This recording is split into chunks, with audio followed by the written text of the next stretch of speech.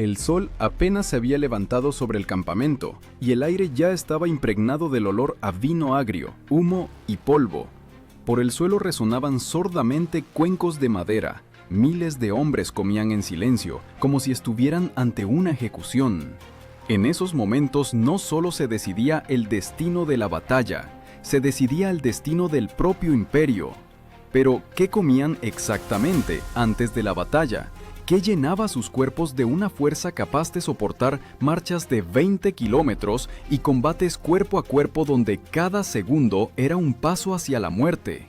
Los legionarios romanos no se alimentaban de forma exquisita, su fuerza nacía de la simplicidad. Como escribió Polibio, la base de su dieta era el trigo, no cocido, no triturado, sino toscamente molido, casi crudo. Con él, los soldados hacían una papilla espesa, mezclándola con agua y sal, y a veces con vinagre.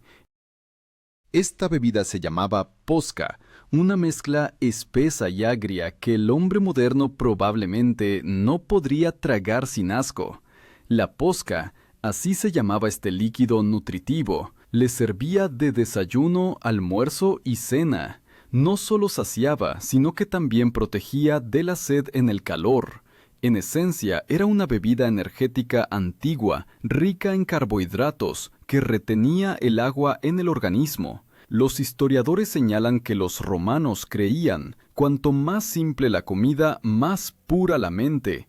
El legionario no debía buscar placer en la comida, sino solo combustible para la fuerza. Imagina, la mañana antes de la batalla de Canas, un campo cubierto de polvo. Más de 50,000 legionarios se forman en filas. Algunos terminan de comer por última vez una hogaza de grano tosco. Otros beben los restos de posca, sintiendo cómo la acidez viscosa les quema la lengua. El estómago vacío, pero el cuerpo listo para el combate. En este ritual austero, la fuerza de la disciplina, convertida en un arma no menos importante que la espada, los hallazgos arqueológicos en los asentamientos de los campamentos romanos confirman esta dieta: rastros de trigo, cebada, huesos de animales domésticos, granos carbonizados, pero la carne era una rareza. En las marchas se estropeaba rápidamente. Solo antes de las batallas más importantes se les permitía a los guerreros un poco de tocino seco o grasa para añadir fuerzas. Fue entonces cuando los calderos del campamento empezaban a humear, no por el sabor, sino por la resistencia. A veces, los soldados cocinaban unas gachas espesas, el pulse. Era una mezcla simple de grano, aceite y hierbas. Se parecía al barro, pero podía conservarse varios días. El historiador Livio escribió que los legionarios bromeaban: el pulse es nuestro segundo escudo. Y de hecho, este humilde caldero les daba energía para una marcha de 25 kilómetros con una carga de más de 30 kilogramos a la espalda. La fuerza del soldado romano no nacía en la fragua, sino en el caldero. Sus músculos no se nutrían de carne, sino de grano y vinagre. Su espíritu se alimentaba de la idea de que el sabor no importaba, lo importante era la resistencia. Y cuando el sol se alzaba sobre el horizonte y las trompetas de señales llamaban a la formación, miles de hombres, sintiendo el sabor agrio de la posca en sus labios, sabían. Hoy debían demostrar que incluso la comida sencilla podía otorgar la fuerza de los dioses. Pero antes de que la espada se desenvainara, el cuerpo debía soportar la marcha. Y para soportarlo, había que saber cómo Roma preparaba a sus soldados para esta carga extrema. El camino hacia la batalla no comenzaba con el grito de «al ataque», sino con un paso pesado. Día tras día, las legiones avanzaban como un río de acero viviente. A la espalda de cada uno, no menos de 30 kilogramos de equipo: armadura, casco, gladius, pilum, utensilios, caldero, herramientas para el campamento y 3 días de ración seca. Los romanos lo llamaban sarcina, el equipo de marcha del guerrero.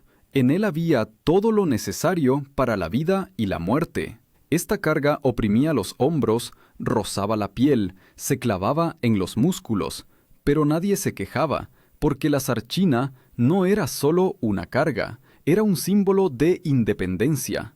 Cada legionario llevaba su hogar, su cocina, su arma. César escribió que solo aquel que sabía llevar la sarchina sin quejarse era digno de ser llamado soldado. Los programas de entrenamiento militar modernos apenas se acercan a esta resistencia, 25 kilómetros al día por el polvo y el calor, con carga completa, una marcha normal, no una hazaña. Antes de partir de marcha, el centurión recorría las filas y comprobaba personalmente si cada uno había tomado su ración de grano. El trigo era sagrado. Sin él no había ni fuerza ni espíritu.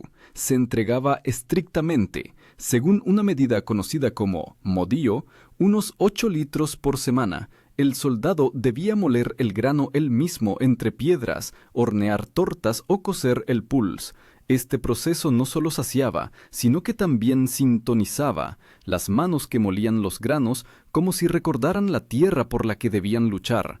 El aroma del grano tostado se mezclaba con el humo de las hogueras, el crujido de las correas, el resonante golpe de metal contra metal. Por las mañanas los guerreros comían rápido, 5 minutos, no más. El sabor era monótono, pero en ello residía una intencionalidad. Los romanos creían que la variedad de alimentos hacía débil al soldado, corrompía el cuerpo y la voluntad. El historiador Vegecio escribió: «La fuerza de la legión reside en su abstinencia». Para nosotros, acostumbrados al café dulce y al desayuno caliente, esto parece cruel. Pero fue precisamente tal ascesis la que creó un ejército que conquistó medio mundo. Antes de la batalla, los legionarios solían recibir una ración reforzada, más sal, un poco de queso y vino. No por placer. La sal retenía el agua y el vino agrio ayudaba a evitar infecciones y proporcionaba una sensación de vigor. A esta bebida la llamaban vinum acetum, vino diluido con vinagre. A una persona moderna le parecería estropeado, pero en el campamento romano era el sabor de la supervivencia. Livio escribió que incluso en los días más calurosos, los legionarios preferían el acetum al agua pura, porque el cuerpo, nutrido con él, no se quemaba con el sol. Antes de la batalla, todas las comidas se sometían a un ritual. Tras la señal de la trompeta, los hombres comían en silencio. Los oficiales subalternos se aseguraban de que nadie comiera demasiado. La pesadez en el estómago se consideraba enemiga de la velocidad. Por eso, las porciones eran diminutas, pero calóricas. Una hogaza, queso, un sorbo de vino y nada más. El resto, fuerza de espíritu. Los hallazgos arqueológicos en Cartago y en el lugar de los campamentos de Alesia confirman la presencia de molinos y calderos especiales de campaña. Esto indica que la preparación de la comida estaba centralizada. En los grandes destacamentos se asignaban cocineros especiales, coctores, pero más a menudo cada contubernium, un grupo de 8 hombres, preparaba su propia comida. En su caldero, el pulse hervía como símbolo de hermandad. 8 cuerpos, 8 voces, una sola energía. Cuando el amanecer pintaba el horizonte, cientos de calderos comenzaban a enfriarse. El olor a ceniza y vino agrio se mezclaba con el aroma del cuero y el metal. Los guerreros pisoteaban las brasas, levantaban sus zárcinas y la columna volvía a moverse. Cada paso medía el tiempo hasta el combate, cada aliento el recuerdo de la última cucharada de papilla. Algunos historiadores discuten si una dieta tan escasa realmente podía mantener la fuerza de un legionario, pero los hallazgos de restos humanos con una densa estructura ósea y musculatura desarrollada demuestran, sí, el organismo se adaptaba. Los romanos alcanzaron el límite de las capacidades humanas. Sus cuerpos se convertían en máquinas, donde cada caloría se utilizaba perfectamente. Y aún así, incluso estos hombres de acero sabían, antes de la batalla, la comida no era solo combustible, Era un rito. De él dependía no solo la fuerza del cuerpo, sino también la pureza del pensamiento. Por eso, en la mañana del día decisivo, cuando la tierra temblaba por la marcha y el cielo se cubría de polvo, los legionarios comían no por el sabor, sino por el recuerdo de Roma. En ese momento comenzaba la prueba principal, no el sabor de la comida, sino el sabor del miedo, porque ahora cada paso los acercaba al lugar donde la sangre se mezclaría con el sudor, y el sabor agrio de la posca sería lo último que sentiría un soldado al caer en el polvo bajo el sol de Italia. El calor del sol del mediodía derretía el aire sobre el campo, e incluso la respiración se hacía pesada, como si el mundo mismo se resistiera a la inminente batalla. Los legionarios avanzaban en densas columnas paso a paso, con sus cascos reflejando la luz como pequeños espejos. Este sonido, rítmico, sordo, como los latidos del corazón de un gigante, era la música de Roma. Iban no solo a la guerra, sino a su destino, y en ese instante se decidía si les bastarían las fuerzas, dadas por la comida modesta y la disciplina férrea. Cuando la vanguardia alcanzaba la línea, comenzaba la última pausa antes de la batalla, corta, casi sagrada. Los centuriones daban la orden de detenerse, construir el campamento, fortificar el perímetro. Esto era obligatorio, incluso el día de la batalla. Sin campamento no hay orden. Los soldados excavaban una zanja, montaban tiendas, encendían hogueras. En ese momento comían por última vez antes del combate. El menú no cambiaba, el mismo pulse, las mismas hogazas, la misma posca. Pero precisamente aquí, en el silencio antes del estruendo, esta sencilla comida se transformaba en un ritual. Como escribió Tácito, el guerrero, al probar la comida antes de la batalla, ya la comparte con los dioses. El olor agrio de la posca subía al aire, mezclándose con el aroma del aceite y el hierro. Era el olor de la muerte inminente y de la fuerza al mismo tiempo. A veces los centuriones permitían añadir un poco de grasa o queso a la sopa, para que el estómago no se encogiera de miedo. Este momento recordaba el hogar, el pan, la familia que esperaba en algún lugar a cientos de millas. Pero a nadie se le permitía relajarse. Incluso durante la comida, el soldado mantenía su arma consigo. Ningún tenedor, ninguna espada podían dejarse sin vigilancia. Aquí mismo aparecía otro elemento de la preparación romana, el signum. Era un estandarte de batalla, la insignia de la legión, adornada con plata y plumas. Se erguía justo al lado del hogar del campamento, y cada soldado, al pasar, lo tocaba con la mano antes de comer. Este gesto significaba lealtad y disposición a morir. Los historiadores lo llaman uno de los primeros rituales militares en la historia de Europa, que unían la fuerza física y espiritual. Los hallazgos arqueológicos bajo Numancia y Girón muestran que cerca de los campamentos temporales romanos se encontraron no solo restos de comida, sino también amuletos, huesos, pequeñas figuras, anillos. Aparentemente, incluso estas personas que creían en la disciplina no podían deshacerse por completo del miedo. Cada uno comía, llevando consigo el recuerdo del hogar y la esperanza de que ese día no sería el último. Cuando las trompetas de señales llamaban a la formación, los guerreros se alineaban por centurias, en 8 filas. El sol se reflejaba en el metal, cegando los ojos. El aire temblaba por la tensión.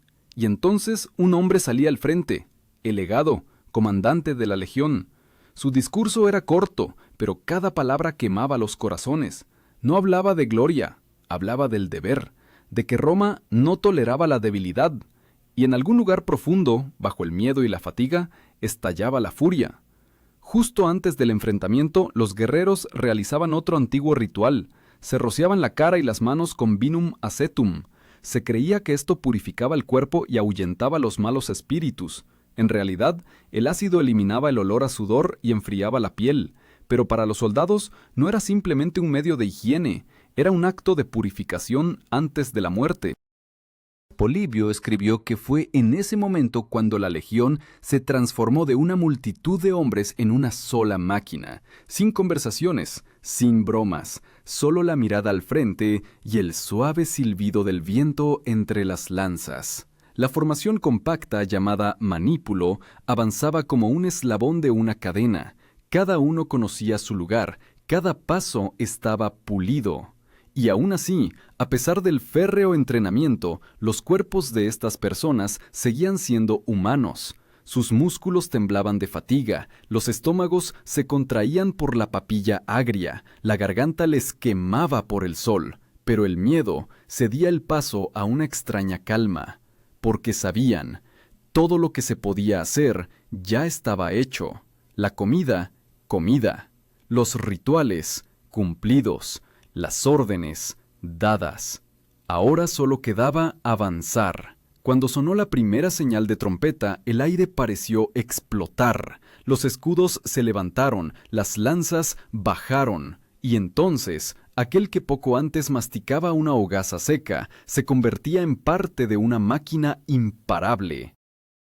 Cada célula del cuerpo, nutrida por la posca, trabajaba para el golpe. El ligero hambre se transformaba en adrenalina, la acidez en fuerza y la fatiga en una resolución desesperada. En esto residía el secreto de la comida romana. No daba placer, convertía al hombre en un mecanismo. Comida sencilla que educaba la voluntad, vinagre y grano que dieron origen a un imperio. Y cuando la primera fila chocaba con el enemigo, parecía que la tierra misma bajo sus pies temblaba al ritmo de sus corazones, corazones latiendo al unísono con el hierro y el recuerdo de la última cucharada de papilla. Pero incluso después de la victoria, el sabor de esta comida no desaparecía, permanecía en los labios, en el cuerpo, en la memoria, porque por delante un largo camino de regreso, y allí donde terminaban las espadas comenzaba otra batalla, la batalla por la supervivencia en la marcha, donde la comida volvía a ser la salvación. Después de la batalla, el mundo se volvía extrañamente silencioso. El polvo descendía como un sudario, el olor a sangre se mezclaba con el humo, e incluso el viento soplaba más lento. La legión romana no celebraba la victoria con un festín. Al contrario, la primera orden después del combate sonaba severa. Recoger a los heridos, restablecer el campamento y preparar la comida. La comida se convertía nuevamente en un acto sagrado, solo que ahora, no antes de la muerte, sino después de ella. Y precisamente en estos minutos se manifestaba la verdadera esencia de la disciplina romana. A los que sobrevivieron les esperaba la misma dieta escasa, grano, sal, un poco de aceite y vino. La carne solo se permitía a aquellos que se habían distinguido en la batalla. No era un festín, sino una recompensa. Los romanos creían que la saciedad excesiva volvía al cuerpo perezoso. Por eso, incluso después de vencer, comían con moderación. César escribió que los mejores guerreros de sus legiones se alimentaban como si la batalla aún estuviera por delante. En este momento, la anona, el sistema de suministro del ejército, adquiría una importancia especial. Esta palabra no solo significaba la entrega de provisiones, sino toda una maquinaria logística sin la cual el Imperio Romano no habría existido. Desde los tribunos hasta los simples porteadores, cada uno sabía que la anona mantenía el aliento de la legión. Caravanas de mulas se extendían por decenas de kilómetros, cargadas con sacos de grano, aceite de oliva y ánforas de vino. La pérdida de una sola de estas columnas podía condenar a todo un ejército al hambre y la derrota. En el apogeo de la campaña de verano, cuando el calor convertía el campo en piedra incandescente, los soldados comenzaban a sufrir más de sed que de heridas. Entonces la posca volvía a ser de ayuda. Los guerreros la mezclaban con agua fría del arroyo, obteniendo una bebida agria que saciaba la sed mejor que cualquier agua pura. El historiador Apiano escribió que el vino diluido con vinagre salvó a muchos de morir bajo el sol. Después del combate, los soldados comían directamente en el suelo. Los calderos hervían entre las filas de escudos dispuestos en semicírculo. Así creaban muros temporales. Esta mesa improvisada era el lugar donde la victoria adquiría sabor, pero no dulce, sino pesado, metálico, con regusto a sangre y polvo. La comida aquí no era una recompensa, sino un recordatorio. Mañana todo podría repetirse. En estos minutos se manifestaba el verdadero símbolo de la resistencia romana, el contubernium. Esta palabra designaba a un grupo de 8 soldados que vivían y comían juntos. No solo los unían las órdenes, sino también el pan, repartido por igual. El contubernium era una pequeña hermandad dentro de la gran maquinaria. Si uno caía, los demás compartían su porción para que ninguna medida de grano se desperdiciara. Así entendían en Roma el compañerismo, a través del reparto de la comida y el trabajo. Los hallazgos arqueológicos en Britania y Galia demostraron que incluso siglos después, los legionarios seguían este principio. En los asentamientos se encontraron hogares comunes y molinos de piedra, por los cuales se puede determinar que cada 8 hombres molían el grano juntos. Esta sencilla rutina los unía más que los juramentos, porque detrás de cada caldero había una vida que dependía de otra. Cuando llegaba la noche, sobre el campamento se alzaba el olor a humo y pan. El débil resplandor de las brasas se reflejaba en los ojos de los guerreros cansados. Comían en silencio, escuchando los lejanos gemidos de los heridos. El sabor de la posca era el mismo, pero ahora parecía diferente. En él se sentía la gratitud por estar vivo. Aquel que de día luchaba con la espada, por la noche sostenía una cuchara de madera, y esto era un regreso a la humanidad. Tácito escribió que el soldado romano debía saber vivir de la misma manera, en el combate y en la vida cotidiana. Su fuerza no residía solo en los músculos, sino también en la costumbre del orden. Incluso al día siguiente de la batalla, la legión se formaba de nuevo, limpiaba sus armas, medía su ración de grano. La vida continuaba como si nada hubiera pasado. Y fue precisamente en esta fría constancia donde nació la invencibilidad de Roma. Pero a veces la victoria no traía paz. Cuando la campaña se prolongaba y los suministros se agotaban, los soldados se veían obligados a buscar comida en los alrededores, recogían hierbas silvestres, cazaban pájaros, cocinaban raíces. Polibio escribió que en la necesidad los romanos comían lo que la mano del hombre no había tocado, y aún así su espíritu no se quebraba. Decían, aquel que puede comer pulse sin sal, puede tomar cualquier fortaleza. Así, día tras día, el ejército avanzaba, dejando tras de sí tierra quemada y olor a ceniza. Y cada noche, el caldero volvía a hervir, la posca volvía a servirse, y de nuevo 8 hombres compartían el pan, como si compartieran la vida. Su comida era pobre, pero de esta pobreza nacía la grandeza, pues Roma no se construyó sobre oro, sino sobre granos cocidos en el polvo de la guerra. Pero fue entonces, en las largas marchas, cuando por primera vez se manifestó otra faceta de esta fuerza, un agotamiento que podía destruir incluso una legión. Y para resistir, los romanos idearon lo que más tarde se llamaría la dieta de los dioses, una forma especial de alimentación antes de las campañas decisivas. Cuando la guerra se volvía interminable y las campañas duraban meses, los comandantes romanos comprendieron. La fuerza del legionario dependía no solo de la espada, sino también de la comida. Fue entonces cuando apareció una preparación especial antes de las grandes batallas, un régimen que los historiadores llamarían más tarde la dieta de los dioses. No era un festín solemne, al contrario, era un periodo de purificación, donde la comida se convertía en una prueba. Antes de las batallas decisivas, los legionarios eran puestos en una dieta que consistía casi exclusivamente en granos y vino agrio, ni carne ni lujos. El objetivo era simple: limpiar el cuerpo del exceso de grasa, hacerlo ligero pero fuerte. Como escribió Vegesio, el guerrero debe ir al combate con el cuerpo vacío, pero con el corazón pesado. El vinagre y el grano actuaban como combustible, tosco, simple pero fiable. Los fisiólogos modernos confirmarían: precisamente una dieta así, rica en carbohidratos de absorción lenta, permite mantener la energía en largas marchas. Los centuriones vigilaban cuidadosamente lo que comía cada uno.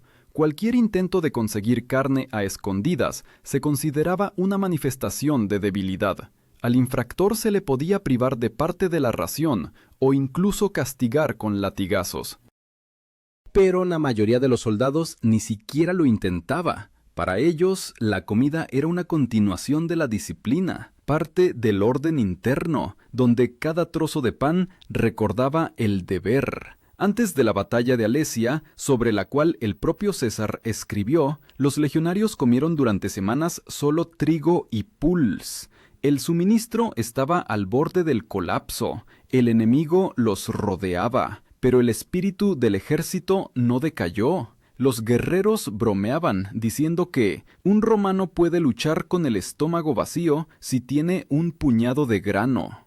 Esto no era bravuconería, sino una realidad. La comida sencilla los acostumbraba a la paciencia, transformándolos en personas capaces de soportar el dolor sin gritar. Fue entonces cuando apareció el concepto de panis militaris, pan militar. Se horneaba sobre brasas, era duro como una piedra y podía conservarse durante semanas. Se mojaba en acetum para ablandarlo y se comía directamente en formación.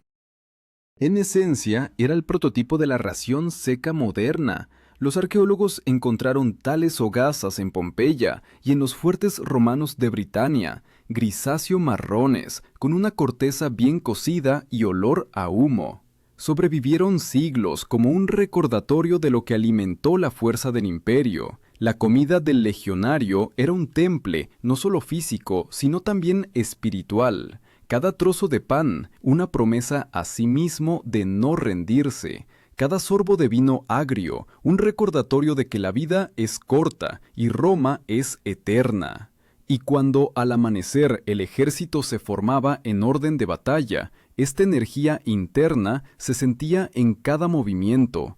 En ese momento, la formación romana cobraba vida. Los cascos de acero brillaban bajo el sol, los escudos se cerraban en una muralla viviente, los guerreros levantaban los pila, y un suave tintineo de metal recorría las filas. No era simplemente una formación, era un ritual de fuerza. La formación se llamaba testudo, que en latín significa tortuga. Los soldados unían sus escudos sobre sus cabezas y a los lados, formando una cúpula impenetrable. Dentro estaba oscuro, sofocante, olía a sudor y hierro, pero nadie flaqueó. Y aquí se manifestaba el verdadero significado de su dieta. Sin un estómago ligero, sin comida pesada, tal formación simplemente no habría resistido. Dentro del atestudo había que permanecer horas, sin moverse, bajo una lluvia de flechas y piedras. La fatiga por la comida podía ser mortal.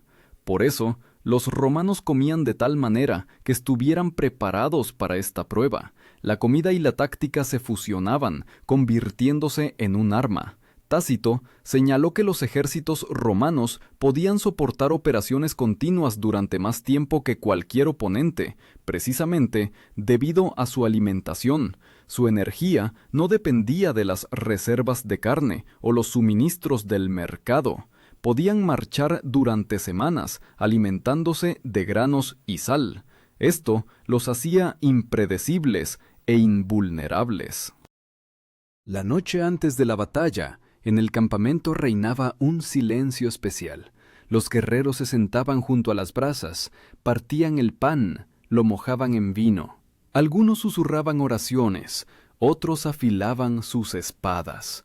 Y en ese momento, Entre el hambre y el miedo, entre el humo y las estrellas, nacía lo que más tarde se llamaría el milagro romano, una absoluta disposición a morir por el deber. Cuando por la mañana las trompetas anunciaron el comienzo, los legionarios se levantaron como un organismo único. El puls, comido por la noche, les daba energía. El vino agrio, determinación. Cada paso era preciso, como el movimiento de una máquina. Y cuando las filas se cerraron en testudo, los enemigos no veían hombres, sino algo más, una fuerza nutrida no por la carne, sino por la voluntad. Así, la dieta romana, creada por la necesidad, se transformó en un símbolo de poder.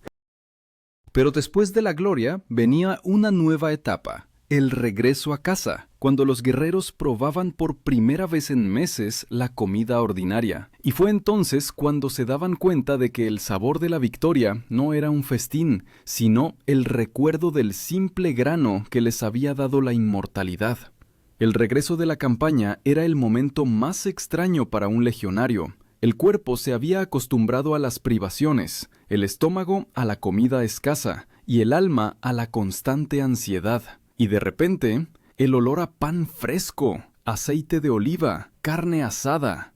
Todo esto parecía casi indecente después de meses de posca y puls. En Roma se celebraban triunfos en honor a los vencedores, una procesión por la vía sacra, flores, multitudes, vino. Pero los propios soldados a menudo sentían aversión a la abundancia. Miraban los platos exquisitos y comprendían que la verdadera fuerza no había nacido allí. Los historiadores escribieron que muchos veteranos continuaban alimentándose como en campaña, incluso en casa. Una simple papilla de trigo, un poco de vinagre y sal, un hábito convertido en símbolo de memoria. El emperador Augusto, según los testimonios de Suetonio, comía como un soldado, modestamente y rápido, sin permitirse la saciedad. Decía que la saciedad hacía al hombre vulnerable. La comida en Roma era más que una necesidad, era una política. La ciudad se abastecía de grano de Egipto y África. La anona se convirtió en una obligación sagrada del Estado. El imperio se sostenía tanto en el pan como en las espadas, pero este pan siempre recordaba al legionario las campañas. El polvo, las piedras bajo los pies, los compañeros con los que había compartido la última medida de grano. Así, el romano vivía entre dos mundos, el del festín y el de la campaña, la abundancia y la necesidad. Y tal vez, precisamente en este contraste, se ocultaba el secreto del poder romano, la capacidad de disfrutar la victoria sin olvidar el sabor del hambre. Pues aquel que recuerda lo que es comer sin sal, no teme perder todo lo demás.